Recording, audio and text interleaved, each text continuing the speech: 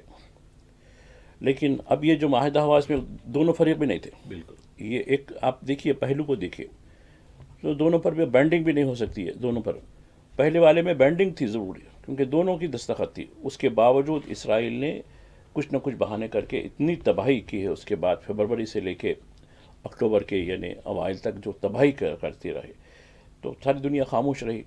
پھر ایک بڑا تماشا کیا گیا، اور میں سمجھتا ہوں کہ شرم الشیخ میں چھوٹی کانفرنس نہیں بلکہ ایک شرکس کا جو ہے رنگ تھا وہ، جن کے طریقے سے ڈونالڈ ٹرمپ کی قیادت میں، ایک بڑے جوکر کی قیادت میں کئی جوکرز اس میں شامل رہے. تو یہ انتہائی افسوسناک بات ہے کہ یعنی 5 دن 6 دن 6ویں دن ہونے کے باوجود وہاں کوئی گورننس نہیں ہے. وہاں یہ کہا گیا ہے کہ عرب فوج وہاں لے گی، اقوام متحدہ کی فوج لے گی، یورپین یونین اس کی ذمہ داری لے گی، نہیں ہے. اور اسرائیل پر نظر رکھنے والا کوئی نہیں ہے. اسرائیل دیکھیے رفح کی سرحد کو اس نے پھر سے بند کر دیا، جو غذائی امداد آ رہی تھی اس پر پھر روک لگا دی. اس کے علاوہ اس نے ان علاقوں میں جو شمالی اور وسطی علاقوں میں جو لوگ واپس ہو رہے تھے اپنے اپنے مقامات پر، ان پر جنگی طیاروں سے اور توپ خانوں سے فائرنگ کر دی. تو یہ اس کی بربریت رکنے کا نام نہیں. اب یہ کہا جا رہا ہے کہ نہیں، جو لاشیں مغویہ لوگوں کی جو لاشیں تھیں وہ لاشوں میں، تو انہوں نے کہا کہ دیکھیے ہمارے پاس ڈی این اے کی ٹیسٹنگ کا صحیح نظم نہیں ہے، ہم کو تھوڑا وقت دیجیے، بین الاقوامی ایجنسیوں کے ذریعے ان لاشوں کی شناخت کے ذریعے ہم حوالے کریں گے. لیکن ٹال مٹول کا الزام لگاتے ہوئے، حالانکہ کل 1 یا 2 لاشوں کو تصدیق کے بعد دیا گیا، حوالے کیا گیا اسرائیل کے، لیکن اس کے باوجود وہ ہے. اور دوسری طرف فلسطینیوں کے جو ڈیڈ باڈیز ہیں اس سے تمام اعضاء نکالے ہوئے ہیں، گردے وغیرہ، آنکھیں، یہ جتنے بھی چیزیں ہیں، لیکن اس پر کوئی یعنی اسرائیل پر کوئی ہدف لگانے والا نہیں ہے اس پہ کہ بھئی یہ تم نے یہ کیا کر رہے ہیں. تو یہ پورا طریقے سے دنیا کا دوہرا معیار ہے، اور میں سمجھتا ہوں کہ یہ جنگ بندی زیادہ دن قائم ہونے والی نہیں ہے. ایک اور خبر جو جنگ بندی سے متعلق بھی ہے وہ ہے پاکستان اور افغانستان کے درمیان جنگ بندی، اور قطر اور ترکی کی سازشی کے بعد یہ کامیاب جنگ بندی ہوئی ہے. پائیدار امن کے لیے ایک میکانزم بنائے جانے کی دونوں ممالک نے بات کہی ہے. اب دیکھیے دونوں ممالک ایک دوسرے کے پڑوسی ہیں، بلکہ یہ اپنے آپ کو برادر بھی کہتے ہیں، ایک دوسرے کا بھائی بھی کہتے ہیں. لیکن جس طریقے سے پاکستانی اسٹیبلشمنٹ نے افغانیوں کے خلاف جو کچھ معاملہ کیا، اور ایسے وقت کیا جبکہ افغانستان کے وزیر خارجہ ہندوستان کے دورے پر تھے، تو یہ دیکھیے اس طریقے سے کیا افغانستان کو ہندوستانیوں کے ساتھ تعلقات رکھنا کچھ یعنی دشواری ہے. لیکن وہ ٹائمنگ کا خیر ہو سکتا ہے، معاملات تو بہت پہلے کے معاملات ہیں، اور طالبان کی جو پیداوار ہے وہ پاکستان کی سرزمین پہ ہی ہوئی ہے. ان کا جو پیدائشی جو مقام ہے طالبان کے ابھرنے کا، کس طریقے سے ضیاء الحق کے دور سے لے کے ابھی تک جو کچھ معاملہ ہوا. اب رہی بات پاکستان نے کہا کہ وہ سرحد پار سے آ کے، تو بھائی اپنی سرحدوں کی حفاظت آپ کیوں نہیں کر لیتے؟ سرحدوں پر آپ کس طریقے سے در انداز ہو، یا آپ کے مطابق خوارج کہہ رہے ہیں، آج ایک لفظ استعمال ہو رہا خوارج، جبکہ پاکستانی اسٹیبلشمنٹ خود میں سمجھتا ہوں کہ وہ زمرے میں آتی ہے. میں کسی پہ الزام تو دینا نہیں چاہتا، چونکہ جس طریقے سے وہ پاکستان کو 2 ٹکڑے والی فوج پاکستان کو مزید ٹکڑے کرنے کے لیے جو ہے تلی ہوئی ہے، اور یہ پوری طریقے سے بین الاقوامی حاشیے کا شکار ہوتی ہے. پاکستانی فوج خود عوام کے اوپر، اس نے خود اپنے ہی عوام پر بمباری کی ہے. آپ دیکھیے کچھ عرصہ پہلے کشمیر، وہاں کے جو قبضے والے کشمیر میں کچھ گڑبڑ ہوئی تھی، تو وہاں اس نے بمباری کروائی، 10 یا 12 لوگوں کو اس نے ہلاک کیا، اپنے ہی شہریوں کو. تو اس جو اپنے ہی شہریوں پر ظلم کرتی ہے، تو اڑوس پڑوس میں کرنے میں کوئی اس کا کیا حرج ہوتا ہے. اب رہی بات دوحہ میں جو کچھ مذاکرات ہوئے، اب دیکھیے دوحہ میں جو مذاکرات ہیں اس کی خیر تفصیل تو اخبارات میں پوری طریقے سے نہیں دی گئی.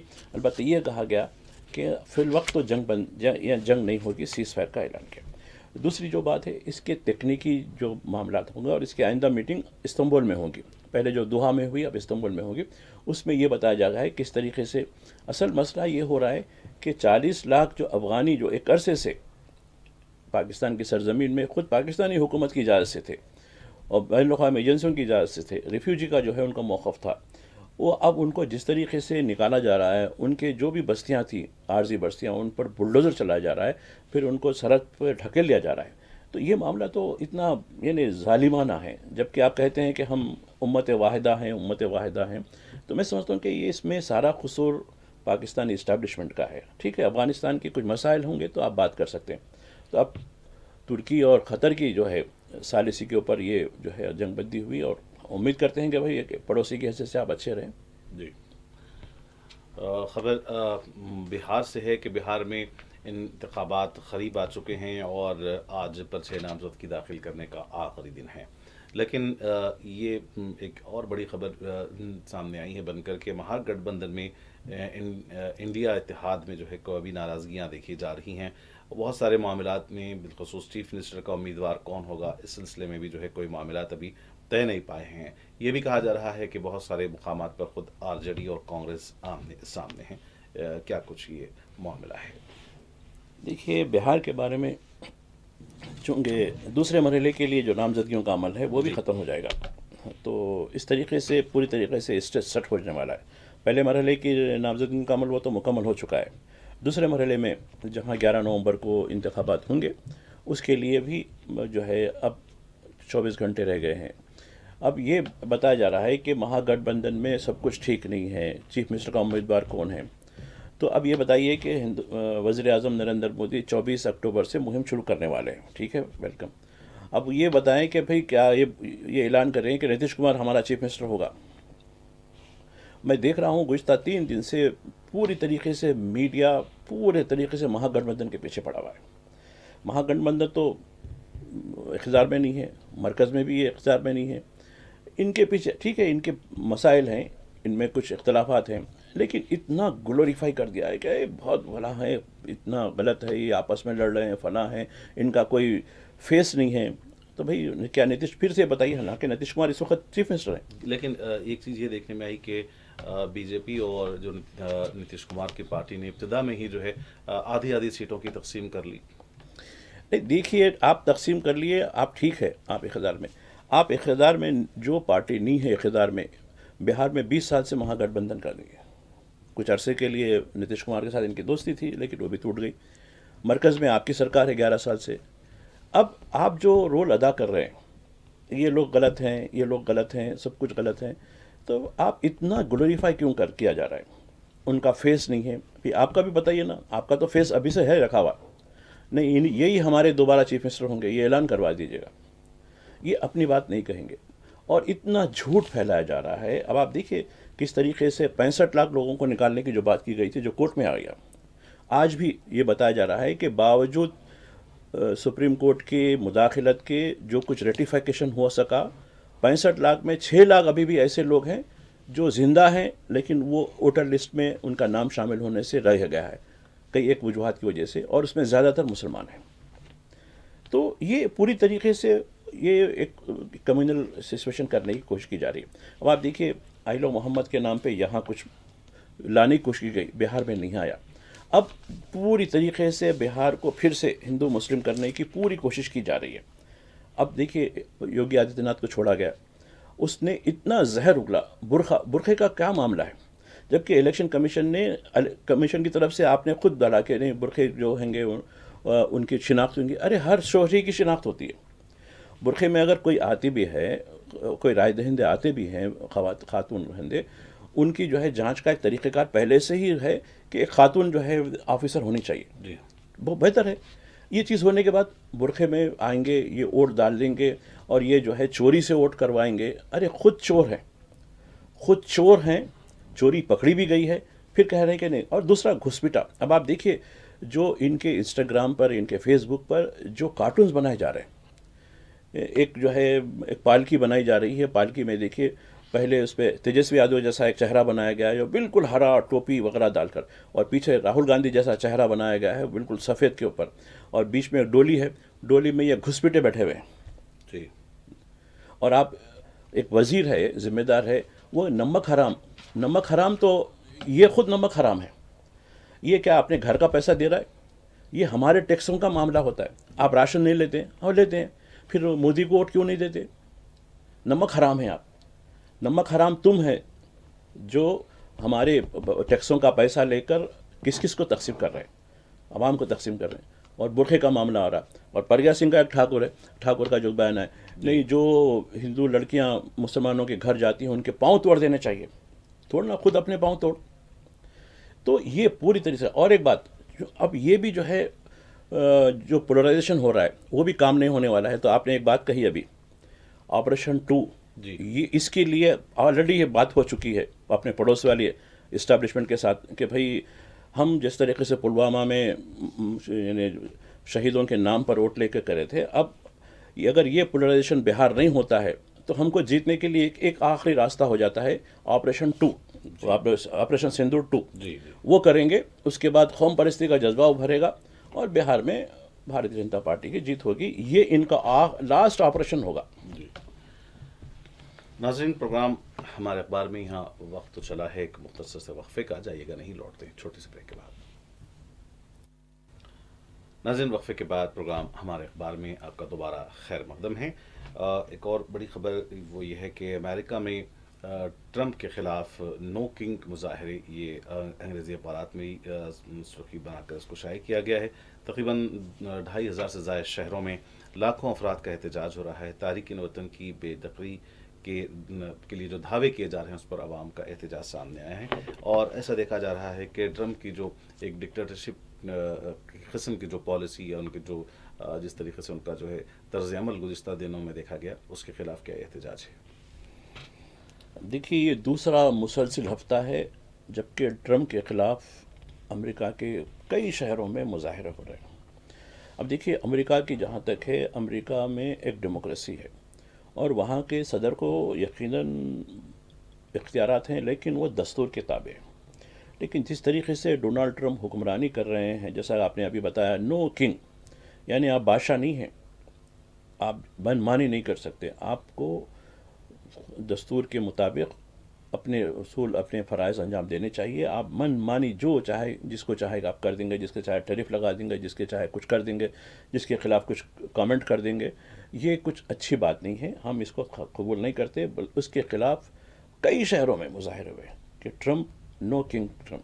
تو آپ بادشاہ نہیں ہیں, ہمارے منتخب نمائندے ہیں, اسی طریقے سے آپ یہ کام کریں. اس لیے کہ ایک اور بات, تاریخ وطن سے امریکی عوام کی جو وابستگی ہے, کیونکہ تاریخ وطن جتنی سروس سیکٹر ہے زیادہ تر اس میں معاون ہوتے ہیں لوگ امریکہ کے عوام, اور امریکہ کے عوام کو ان کی خدمت درکار ہے.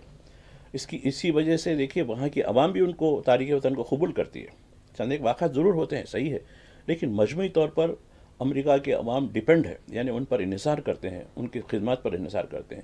اب ان کے خلاف جس طریقے سے کریک ڈاؤن کیا جا رہا ہے ٹرمپ کی طرف سے, اس کی جو ہے مخالفت کی جا رہی ہے.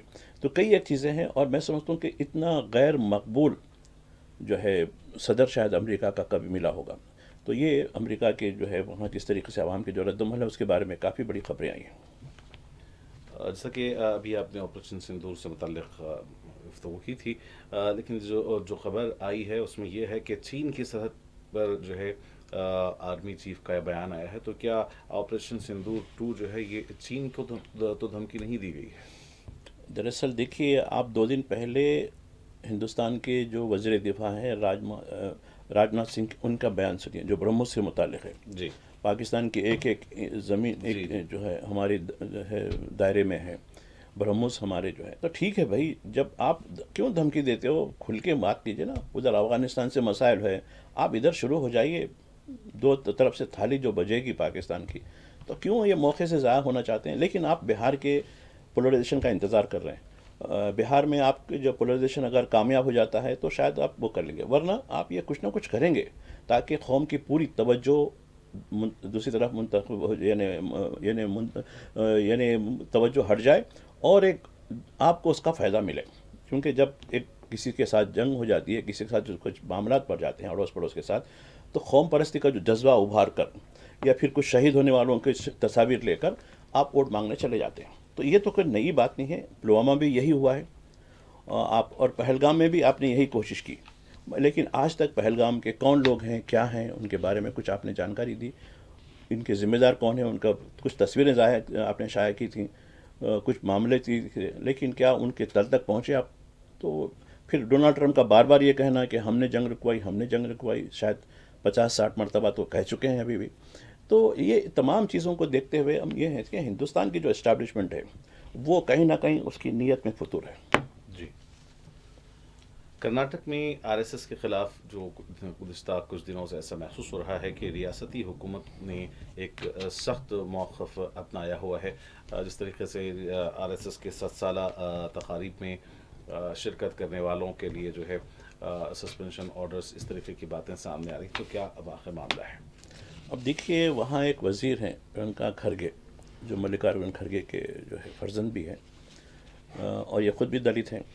یہ ان کا BJP اور RSS سب کچھ تنازع کچھ عرصے سے چل رہا تھا، اور اس پس منظر میں وہاں کے جو چیف منسٹر سدھارمیہ نے سخت احکام دیتا ہے کہ بھئی اگر کوئی سرکاری ملازم کرناٹک سرکار کا RSS کے ساتھ روابط رکھتا ہے تو ہم اس کے خلاف کارروائی کریں گے، اور جو RSS کی تقاریب میں حصہ لیتا ہے اس کو انہوں نے کچھ آفیسروں کو معطل بھی کیا ہے.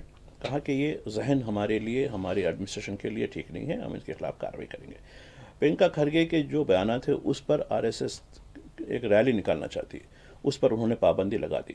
اب سدھارمیہ نے اس حد تک آگے بڑھ کر کہا کہ اب کرناٹک کے عوام کو ان سناتنیوں سے، یہ جو لفظ استعمال کیا جاتا ہے تو بھائی ٹھیک ہے، کیونکہ اب یہ سناتنیوں کو معلوم ہے کہ لفظ ہندو ترکیوں کی طرف سے دیا گیا ہے، تو ہم بھی یہ سوال کرتے ہیں کہ بھئی یہ لفظ ہندو کا استعمال ترک کر دیں.